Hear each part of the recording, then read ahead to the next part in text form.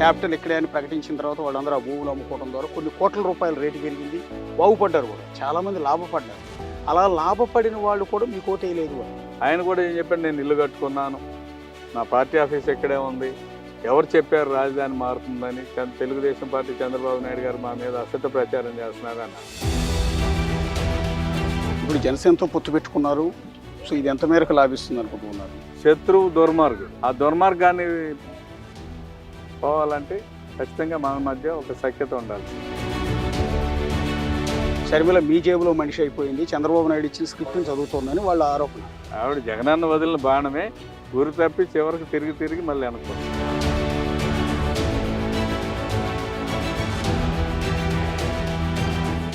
తాడికొండ మాజీ MLA, Telugu Desam party senior నేత శ్రవణ్ గారు ప్రస్తుతం మనకి అందుబాటులో ఉన్నారు. శ్రవణ్ గారు, అసలు బేసిక్గా మిమ్మల్ని ఇంటర్వ్యూ చేసే ముందు ఒక ప్రశ్న, చాలామందికి ఉన్న డౌటు, అమరావతిని అక్కడ ప్రకటించడం కావచ్చు, తుళ్ళూరు దగ్గర రాజధాని ప్రకటించడం కావచ్చు, రాజధానిలో నిర్మాణాలు చేయడం కావచ్చు, రోడ్లు వేయటం కావచ్చు, ఆ రోజు భూములన్నింటినీ ప్రభుత్వానికి ఇప్పించడంలో మీది కీలకమైన పాత్ర. అలాంటి మీరు ఎందుకు ఓడిపోయారు అనేది చాలామందికి ఇప్పటికీ ఉన్న డౌట్. రాజధాని ఎక్కడైతే నిర్మాణం జరిగిందో అక్కడే మీరు ఓడిపోయారు. దానికి 3-4 రీజన్స్ ఉన్నాయి. రాజధాని అనే ప్రాంతం తాడికొండ, మంగళగిరి నియోజకవర్గాలు, కొన్ని గ్రామాలు, కొన్ని ప్రాంతాలు ఉన్నాయి. దీనిలో ఓడిపోయిన రీజన్స్ అయితే చాలా చాలా చిన్న విషయాలు, కానీ అవి ఆలోచింపదగ్గ అంశాలు అన్నమాట. రాజధాని ప్రాంతంలో చంద్రబాబు నాయుడు గారు భూ సమీకరణ జరిగే టైంలో కొంత ప్యాకేజ్ ఇచ్చారు. తర్వాత రైతులకి అది ప్యాకేజీగా ఉపయోగపడింది. అది అసైన్ రైతు అవ్వచ్చు, లేకపోతే పట్టదారు రైతు అవ్వచ్చు, కాక ఎవరైనా సరే. కానీ పేద వర్గాలకు చెందిన వారు ఉన్నారు, వాళ్ళకి మనం ఆలోచన చేసి చంద్రబాబు నాయుడు గారి దృష్టిలో తీసుకెళ్తే ప్రతి కుటుంబానికి 2500 రూపాయలు నెలవారీగా పెన్షన్ ఇచ్చాడు, అమరావతి పెన్షన్. అది కూడా చాలా ఇంపార్టెంట్ పాయింట్. ఇంతవరకు జరిగినాయి. ఇల్లు లేని వారికి ఇల్లు ఇవ్వటం, వైద్య సదుపాయం, విద్యకు సంబంధించిన అంశాలు, ఇవన్నీ చేశారు. అది ఒక లిమిట్. ఇప్పుడు జగన్మోహన్ రెడ్డి ఎన్నికల ముందు అమరావతి మార్చననే హామీ, రెండవది ఈ ఏ అయితే సౌకర్యాలు ఇచ్చారో, ఉదాహరణకు పట్టాదారు రైతు ఉన్నాడు, ప్యాకేజీ వచ్చింది. ఆ ప్యాకేజీలో మనం 1400 గజాలు మ్యాక్సిమం ఇచ్చారు, కమర్షియల్ రెసిడెన్షియల్ కలిపి. ఇంకోళ్ళకైతే 1600 గజాలు, రెండు రెసిడెన్షియల్ కమర్షియల్ కలిపి, 2 రకాలైన భూములు ఉన్నాయి. కానీ దీన్ని బట్టి ఏమి అర్థమైందంటే, జగన్మోహన్ రెడ్డి ఒక ప్లాన్ వేసాడు, మేము 1800 గజాలు ఇస్తాం అని, 1600 వాళ్ళకి 1800 ఇస్తామని, 1200 వాళ్ళకి 1400 ఇస్తామని. అలాగే అసైన్ రైతులకి ఎవరైతే ఉన్నారో వాళ్ళ ప్యాకేజ్ కొద్దిగా తక్కువ. ఆ అసైన్ రైతులకి రైతులతో సమానంగా ఇస్తాం. ఈ భూమి ఆ భూమి ఒకటే కదా, రెండింటి మధ్య తేడా. మరి అసైన్డ్ భూములకి మరి అమ్ముకోవడానికి కొనడానికి వీలు లేని చట్టం ఎందుకు ఉంది? అది కూడా ప్రజలకు అర్థం కానివ్వకుండా పట్టాదారుతో సమానంగా ప్యాకేజ్ ఇస్తాను, అది ఒక అంశం. రైతులకేమో 1800 గజాలు ఇస్తానంటాం. 2500 రూపాయల పెన్షన్ ఏదైతే ఉందో ఆ పెన్షన్ని 5000 చేస్తానని చెప్తాం. అది కాకుండా మంగళగిరి ప్రాంతాల్లో కాలువగట్ల మీద, కొండల మీద, వాళ్ళలోనూ ఇళ్ళు నిర్మించుకొని చాలా సంవత్సరాల నుంచి ఉంటున్నారు. లోకేష్ వస్తే ఆయన మంత్రిగా ఉన్నాడు, ఐటీ శాఖ మంత్రిగా ఉన్నాడు. చంద్రబాబు నాయుడు రోడ్లన్నీ వెడల్పు చేయడానికి ఇళ్ళన్నీ కూల్చేస్తారు, సుందరమైన నిర్మాణం చేయాలంటే కాలువల గట్ల మీద ఉన్న మిమ్మల్ని అందరినీ తీసేస్తారు, కొండవాళ్ళలో ఉన్న వాళ్ళు ఖాళీ చేపిస్తారు. ఇటువంటి అసత్య ప్రచారాన్ని ప్రజలు నమ్మారు.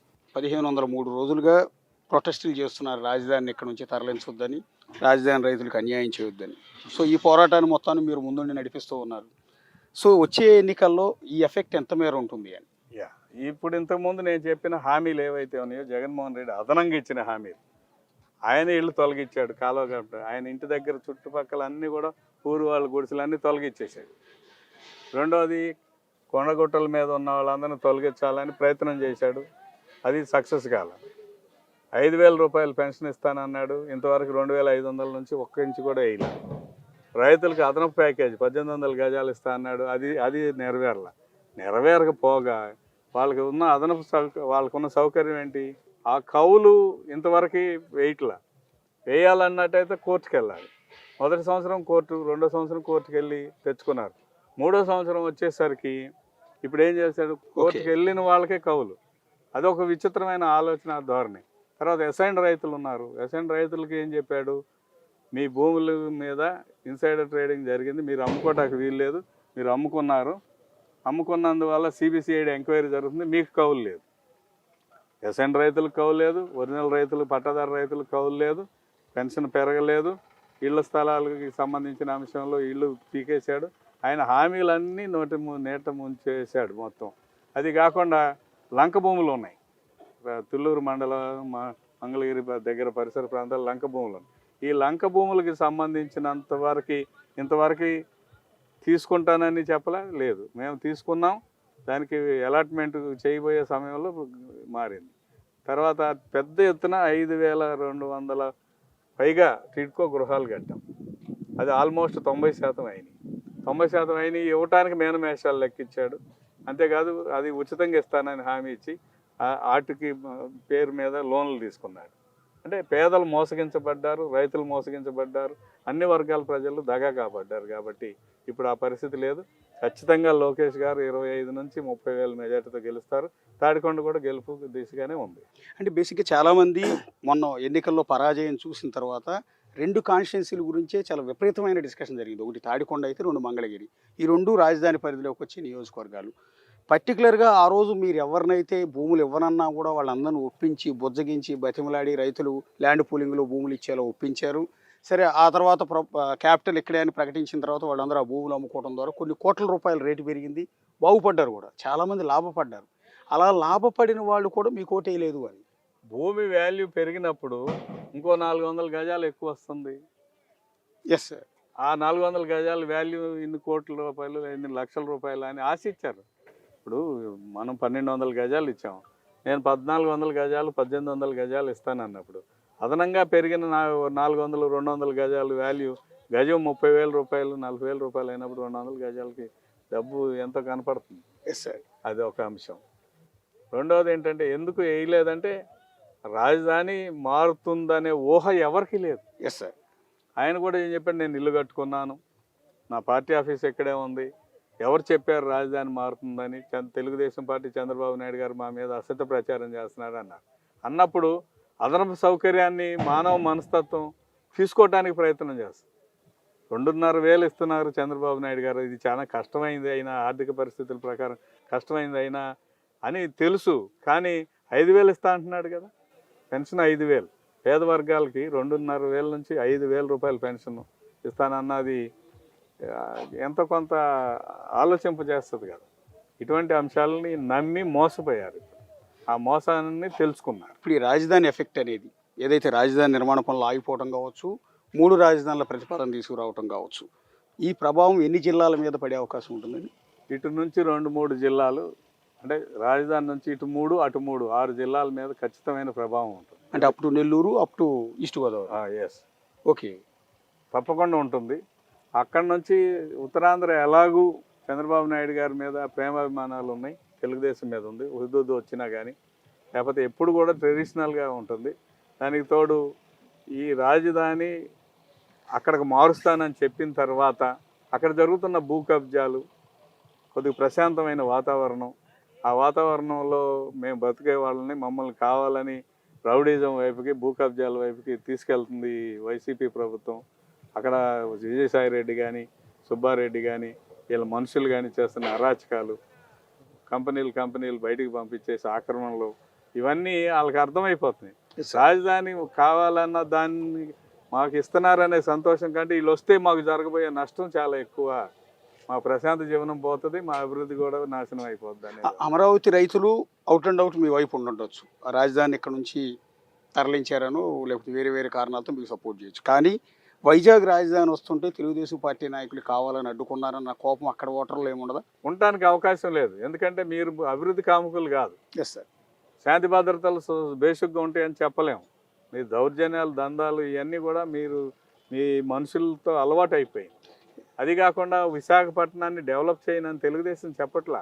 అది ఆర్థిక అభివృద్ధి చెందిన నగరంగా, ఇన్ఫర్మేషన్ టెక్నాలజీ నగరంగా, సాఫ్ట్వేర్ రంగాన్ని అభివృద్ధి చేస్తాం, పర్యాటక రంగాన్ని అభివృద్ధి చేస్తామని భోగాపురం ఎయిర్పోర్ట్ కానీ, టెంపుల్టన్ ఇది కానీ, లులు మాల్ కానీ, అంటే ఒక ఫైనాన్షియల్ హబ్గా విశాఖపట్నాన్ని తయారు చేస్తే వల్ల వాళ్ళ ఉపాధి పెరుగుతుంది, ఆర్థిక పరిస్థితి పెరుగుతుంది తప్ప రాజధాని వచ్చినందువల్ల అదనపు సౌకర్యం జగన్మోహన్ రెడ్డి ఇవ్వబోయేది ఏంటంటే దోపిడీలు, దౌర్జన్యాలు, కబ్జాలు అయ్యి వాళ్ళ మనస్తత్వం సహించదు. మీరు ఒక ప్రభుత్వ ఉద్యోగిగా రిటైర్డ్ అయ్యారు. ప్రభుత్వ పరిపాలన ఎలా సాగుతుంది అనేది మీకు పూర్తి స్థాయి అవగాహన ఉంటుంది ఒక అధికారిగా. మీరు పనిచేసి రిటైర్డ్ అయి ఉన్నారు కాబట్టి.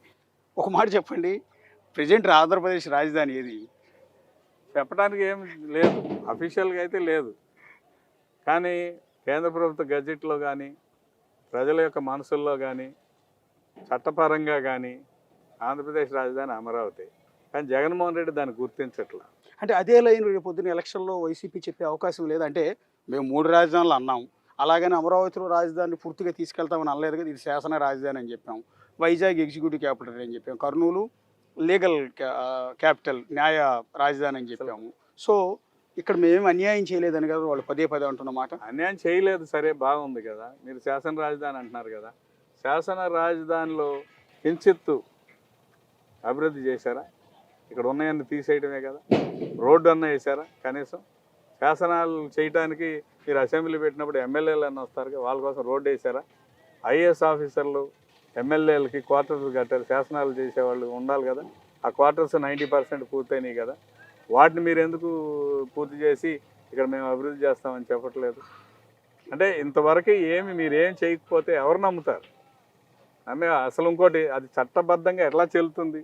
నువ్వు ఆఫీస్ తీసుకెళ్తానని పెట్టావు, హైకోర్టు ఆపేసింది.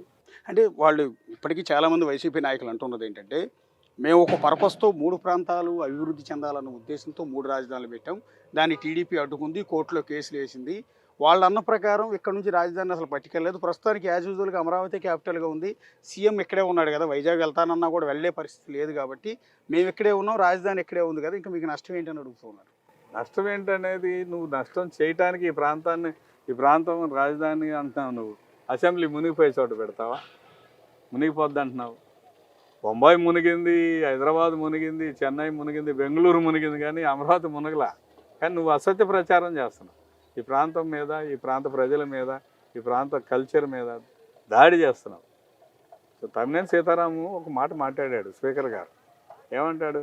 అదే అమరావతి, అది ఎడారిలాగా కనిపిస్తుందండి. ఎడారి అని మనం చదువుకున్నది ఏంటి? ఇసుక మేటలు ఉండాలి, మంచినీళ్ళు దొరకకూడదు, లేకపోతే అది కనుసూపు మేరలో పచ్చదనం కనపడకూడదు. కానీ ఎక్కడ చూసినా పచ్చదనం కనపడి పక్కన కృష్ణా నది ఉంటే దాన్ని ఎడారి అన్నాడంటే చదువుకున్న మూర్ఖుడు అనాలా? లేకపోతే అటువంటి వాడు మన స్పీకర్ అని చెప్పడానికి మనం చెప్పాలా లేదా? ఇటువంటి దుర్మార్గమైన ఆలోచన కలిగిన మీ ఆలోచన పెడ ధోరణిలో ఉంది తప్ప సవ్యమైన ఆలోచన కలిగిన వాళ్ళు చెప్తే నమ్ముతారు. ఈసారి తెలుగుదేశం ప్రభుత్వం ఏర్పడుతుందన్న కాన్ఫిడెన్స్ మీలో ఉందా? 100%. ఇంకా అది మీరు ఇంకా ఎప్పుడు అనేది ఎలక్షన్ నోటిఫికేషన్ రావటం, ఎన్నికలు జరగటమే తప్ప 100% తెలుగుదేశం జనసేన ప్రభుత్వం వస్తుంది. ఓకే, తెలుగుదేశం జనసేన ప్రభుత్వం ఏర్పడిన డే 1 నుంచే మళ్ళీ యథావిధిగా అమరావతి రాజధానిలో నిర్మాణ పనులు ప్రారంభిస్తారా? ఎందుకంటే ఇన్కంప్లీటెడ్గా ఉన్నాయి కదా, 75% ఆల్రెడీ క్వార్టర్స్ అన్నీ కూడా కంప్లీట్ అయ్యాయి.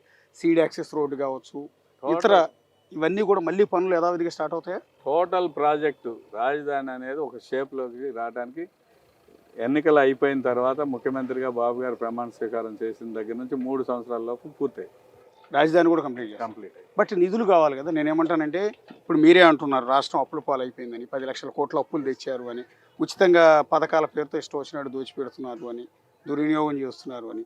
ఇలాంటి తరుణంలో రాజధాని కట్టాలంటే లక్షల కోట్లు అవసరం అని మీరే చెప్పారు. కేంద్రం నుంచి వచ్చేది వస్తుందో లేదో కూడా గ్యారంటీ లేదు బీజేపీ నుంచి. సో ఎలా పూర్తి చేయగలుగుతారు? అది చాలా ఇంపార్టెంట్ ప్రశ్న వేశారు మీరు. ప్రజలకు కూడా అర్థం అవ్వాల్సిన అంశం. మేము మొదటి నుంచి చెబుతున్నాము, రాజధాని అమరావతి అనేది సెల్ఫ్ ఫైనాన్స్డ్ ప్రాజెక్ట్. నువ్వు డబ్బులు ఇవ్వవసరలా. మొత్తం 33,500 ఎకరాలు రైతులు ఇచ్చారు, ఇంకో 10,000 ఎకరాలు పైగా ప్రభుత్వ భూములు ఉన్నాయి. లేఅవుట్ చేసి రైతులకు ఇవ్వాల్సిన ఇచ్చి, ప్రభుత్వ భూములు ప్రభుత్వానికి సంబంధించినంత వరకు కొన్ని సంస్థలకు ఇచ్చి, గవర్నమెంట్ బిల్డింగ్స్కి పోగా మిగిలేది 10,000 ఎకరాలు. 10,000 ఎకరాలకి దాని కాస్ట్ ఎంత అంటే 2-3 లక్షల కోట్ల రూపాయలు. 2-3 లక్షల కోట్ల రూపాయలు. ఇప్పుడైతే 2 లక్షల కోట్లు. నిన్నగాక మొన్న తెలంగాణ రిజల్ట్స్ వచ్చిన తర్వాత ఈ ప్రభుత్వం పోయి తెలుగుదేశం జనసేన ప్రభుత్వం వచ్చేదానికి ఎక్కువ అవకాశాలు ఉన్నాయని తెలిసిన వెంటనే రాజధాని భూముల్లో రేట్లు ఎట్లా పెరిగినాయి చూడండి. ఏంటి అది ఒక ఫీల్ గుడ్ ఫ్యాక్టర్.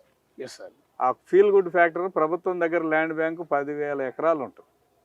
10,000 ఎకరాల అవసరాన్ని బట్టి సింగపూర్ స్టార్టప్ కంపెనీస్ పెట్టారు కదా, అటువంటివి పెడితే ఆటోమేటిక్గా గవర్నమెంటుతో పాటు ప్రైవేట్తో పాటు ఇంటర్నేషనల్ కంపెనీస్ కూడా ఇక్కడ వచ్చి ఏర్పాటు చేసుకుంటే ఆటోమేటిక్గా వాల్యూ పెరుగుతుంది.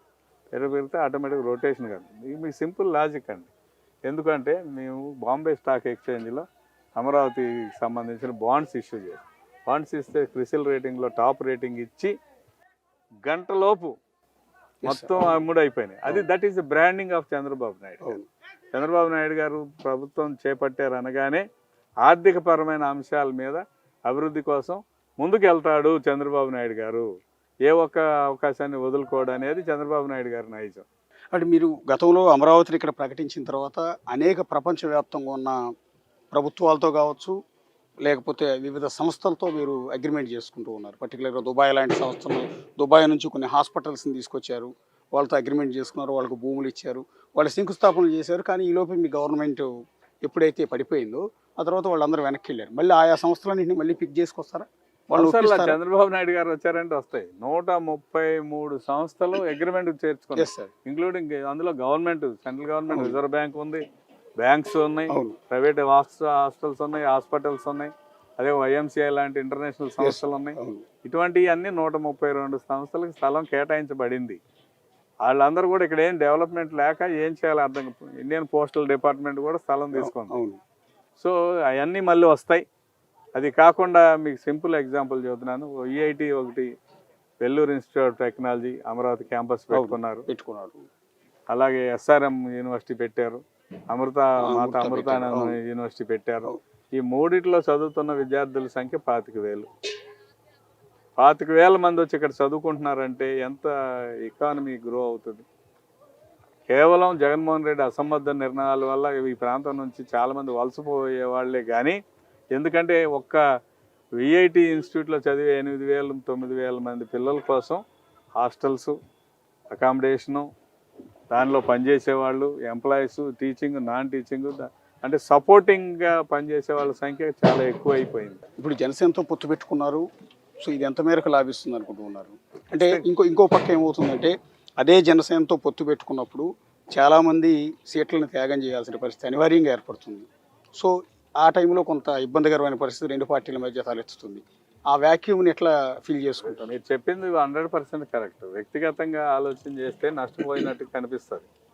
ఇప్పుడు నువ్వు ఇప్పటిదాకా పనిచేసావు, నీ సీటు నేను పొత్తులో భాగంగా జనసేనకో తెలుగుదేశంకో వెళ్తుంది, ఆ పార్టీ వాళ్ళని మాకు కన్విన్స్ చేయాలన్నా ఈ పార్టీని కన్విన్స్ చేయాలన్నా అదే కదా పరిస్థితి. కానీ శత్రువు దుర్మార్గుడు. ఆ దుర్మార్గాన్ని పోవాలంటే ఖచ్చితంగా మన మధ్య ఒక సఖ్యత ఉండాల్సిందే. అది అన్నిటినీ సరిచేస్తుంది. ఖచ్చితంగా అవగాహన తెలుగుదేశం జనసేన మధ్య ఉంది.